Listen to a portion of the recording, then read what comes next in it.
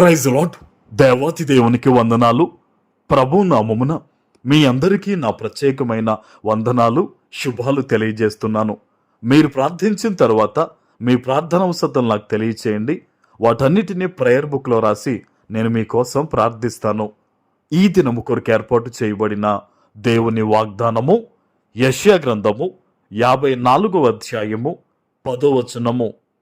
పర్వతములు తొలగిపోయినను, మెట్టలు తత్తరిల్లినను, నా కృప నిన్ను విడిచిపోదు. దేవుని నామానికి మహిమ కలుగునుగాక.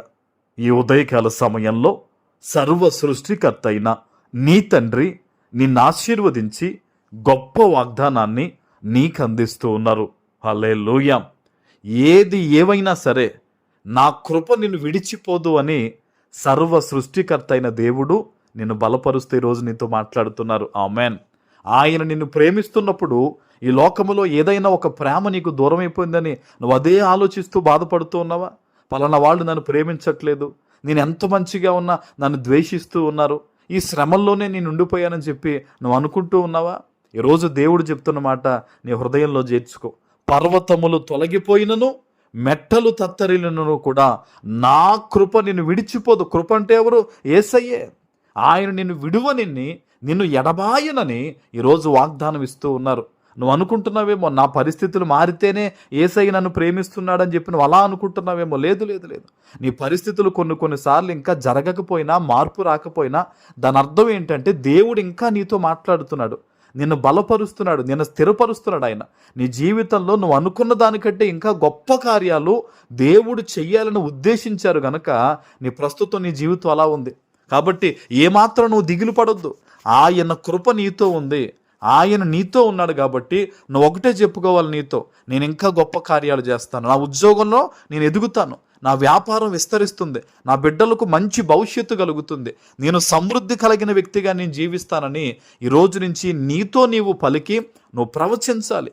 నీ గృహంలో ఈ మాటలే వినిపించాలి, నీ జీవితంలో ఈ మాటలే వినిపించాలి. నువ్వు ఎప్పుడైతే విశ్వాసంతో ఎలాగును మాట్లాడతావో దేవుని కృప నీకు తోడుంది కాబట్టి నువ్వు అనుకున్న దానికంటే రెట్టింపు ఆశీర్వాదం నువ్వు పొందుకుంటావు. ఆమేన్. ఆదికాండంలో మీరు చూడండి, ఆ రోజు నిరాకారముగాను శూన్యముగా ఉన్న ఈ సృష్టిని దేవుడు దాన్నే చూశాడు అలాగా. కానీ ఆయన పలికిన మాట ఏంటండి? అందమైన సృష్టిగా మారునుగా. కానీ మరి మారింది కదా. ఈరోజు నీ జీవితం కూడా, లేదా నీ బిడ్డల జీవితం కూడా, లేదా నీ కుటుంబంలో ఎవరొకరి పరిస్థితి నిరాకారంగా ఉందా, నిష్ప్రయోజనంగా ఉందా, వేదనకరంగా ఉందా? నేను చెప్తున్నాను సేవకునిగా దేవుని ఆత్మ ప్రేరేపణతో ఈరోజు ఈ వాగ్దానం నువ్వు విన్న తర్వాత నువ్వు శుభాన్ని పలుకు, మేలు పలుకు.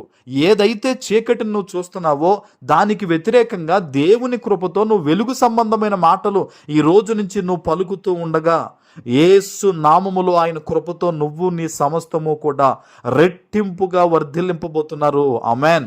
చాలా గొప్ప దీవెనను పొందుకోబోతూ ఉన్నావు. ఆమెన్.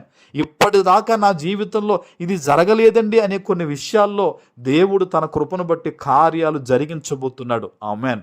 ఇది దేవుని వాగ్దానం. ఇది మనుష్యులిచ్చే మాట కాదు. నువ్వు ఎక్కడి నుంచి ఎలాంటి పరిస్థితుల మధ్య ఈరోజు దేవుని వాగ్దానాన్ని విన్నావో నేను చెప్తున్నాను, ఈ వాగ్దానం ఎత్తిపెట్టి ప్రార్థన చేయి. అయ్యా, ఇదిగో నాతో నువ్వు మాట్లాడవు తండ్రి, నీకు వందనాలు. నేను నమ్ముతున్నాను ప్రభువా, నా జీవితంలో నా పరిస్థితుల్లో ఈ వాగ్దానకరమైన దీవెన మాటలు నెరవేర్చండి ప్రభువా. నువ్వు ప్రార్థన చేయి. యేసు నామంలో ఈ ఫలాన్ని నువ్వు పొందుకోబోతూ ఉన్నావు. ఆమేన్. ప్రార్థన చేసుకుందాం. నీతిమంతుడు అయిన తండ్రి, మీకు వందనాలు. ఈ ఉదయకాల సమయంలో మీరు ఇచ్చిన ఈ గొప్ప వాగ్దానము ప్రతి బిడ్డ జీవితంలో నెరవేర్చి స్థిరపరచమని యేసు నామమున ప్రార్థిస్తున్నాను తండ్రి. ఆమెన్.